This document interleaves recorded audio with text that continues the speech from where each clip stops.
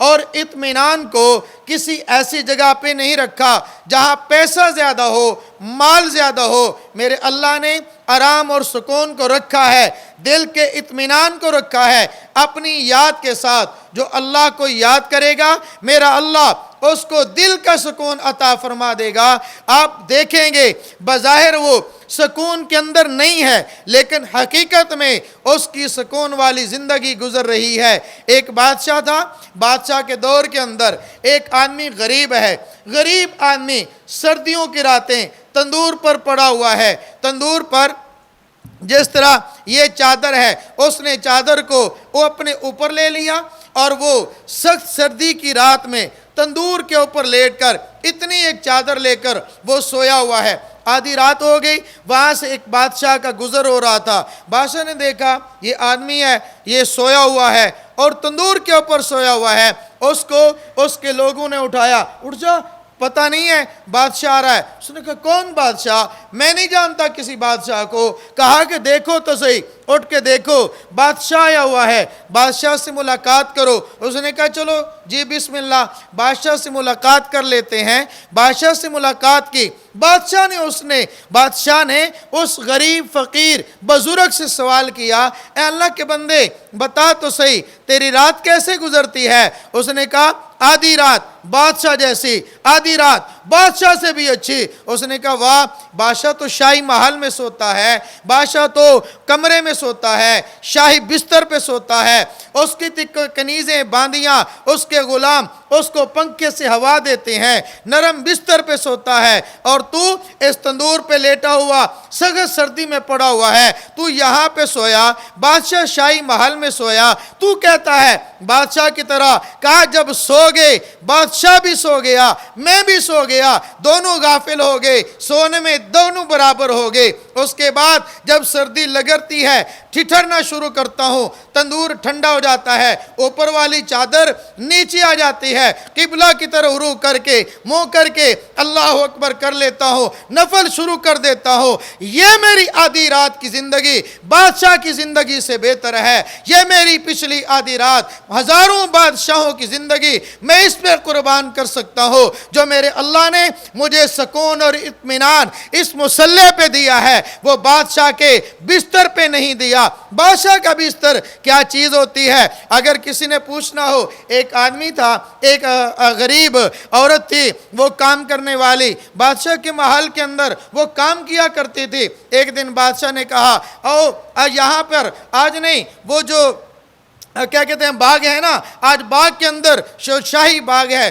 اس کے اندر بستر لگا دیا جائے، آج وہاں پہ دربار سجائیں گے، لگائیں گے، وہاں پر لوگوں کی باتیں سنیں گے، آج وہ بھی مزے لیتے ہیں۔ تو ایک باندی کو کہا جاؤ بستر لگا دو۔ بستر لگ گیا، اس باندی نے اس کو صاف کیا، اس کو بڑا صاف کر کے کہتی ہے اس بادشاہ کے بستر پہ بیٹھ کے تو دیکھوں، اس بادشاہ کے بستر پہ بیٹھنے کا مزہ کیا ہے۔ وہ بیٹھ پہ تھوڑی بیٹھی، اس نے کہا چلو لیٹ لیتی ہوں، تھوڑی سی اس نے یوں لیٹ کیا۔ جب وہ لیٹ گئی، آرام کرنے لگی، اس کی آنکھ لگ گئی، 10-20 منٹ میں وہ سو گئی۔ اتنے میں بادشاہ اوپر سے آ گیا۔ بادشاہ نے کہا اس کی ہمت میرے بستر پہ سوئی ہوئی ہے، اس کو اٹھا دو۔ اٹھ گئی، تجھے پتہ نہیں ہے بادشاہ کے بستر پہ سو رہی ہیں۔ اس نے کہا بادشاہ سلامت، غلطی ہو گئی ہے، معافی چاہتی ہوں۔ اس نے کہا ایسے نہیں معافی ملے گی، اس کو سزا دو، اس کو 4 کوڑے لگاؤ۔ اس کو 4 کوڑے لگائے۔ بادشاہ کے بستر پہ جو سوئی تھی اب وہ رو رہی ہے، کرا رہی ہے۔ تھوڑی دیر کے بعد مسکرائی،